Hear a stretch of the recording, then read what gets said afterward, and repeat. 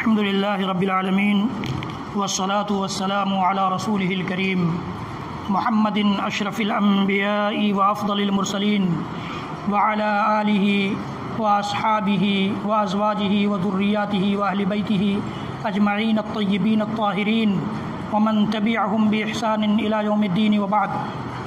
اعوذ باللہ السمیع العلیم من الشیطان الرجیم. یا ایہا الذین آمنوا من یرتد منکم عن دینہ فسوف یأتی اللہ بقوم یحبہم ویحبونہ.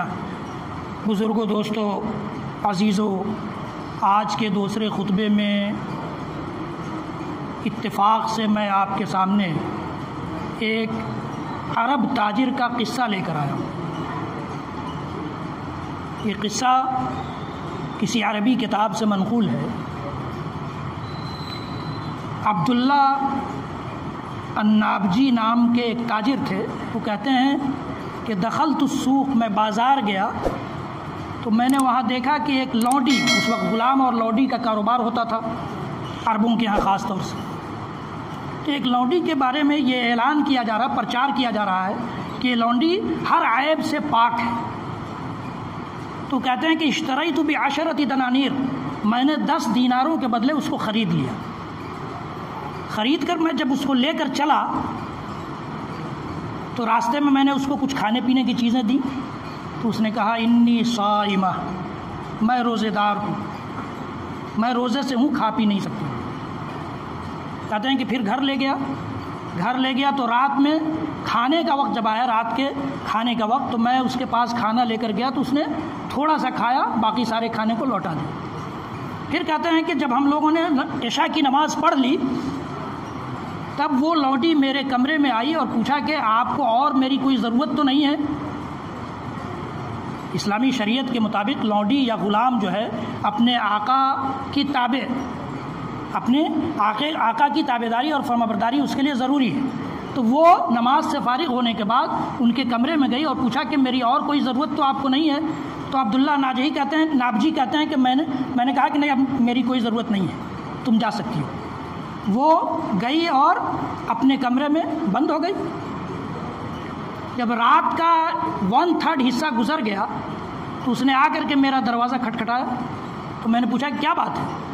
تو کہا کہ آپ سوئے ہی رہیں گے، آپ سوئے رہیں گے.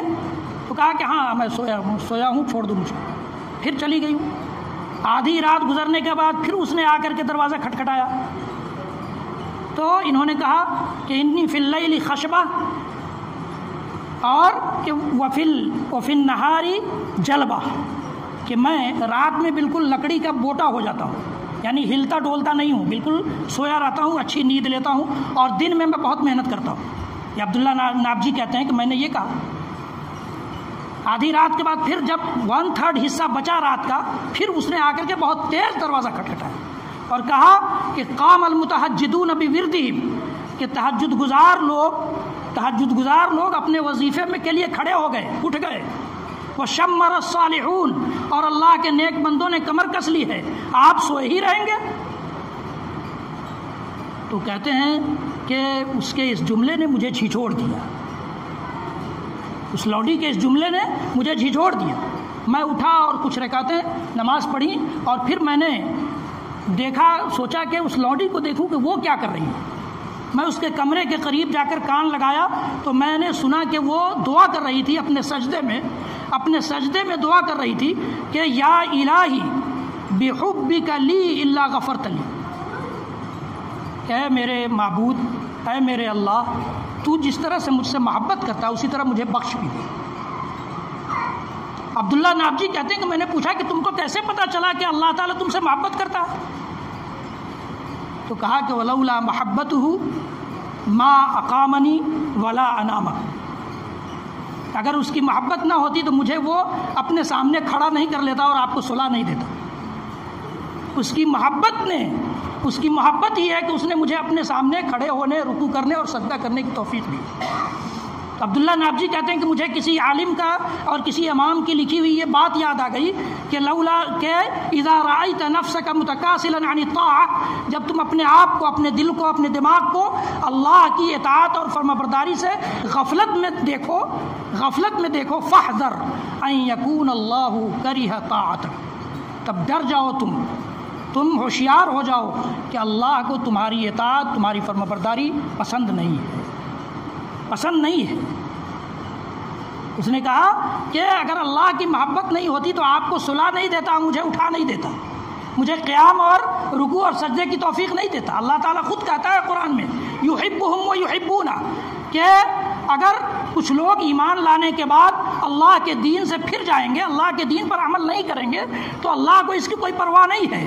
فسوف یأتی اللہ بقوم یحبہم و یحبونا، اللہ تعالیٰ ایسی قوم پیدا کر لے گا جو اس سے محبت کرے گی اور خود وہ اس سے محبت کرے گا۔ اس لوڈی نے یہ دلیل دی۔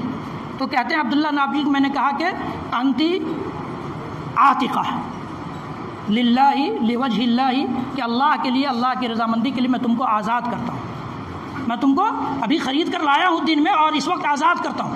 تو اس لوڈی نے کہا کہ ھذا العتق الاصغر وبقی لک العتق الاکبر، یعنی من النار، کہ یہ تو چھوٹی آزادی آپ نے دی ہے جس کے بدلے چھوٹی آزادی مل جائے گی، لیکن ابھی بڑی آزادی جو جہنم سے آزادی ہے وہ بچی ہوئی ہے، وہ بچی ہوئی ہے۔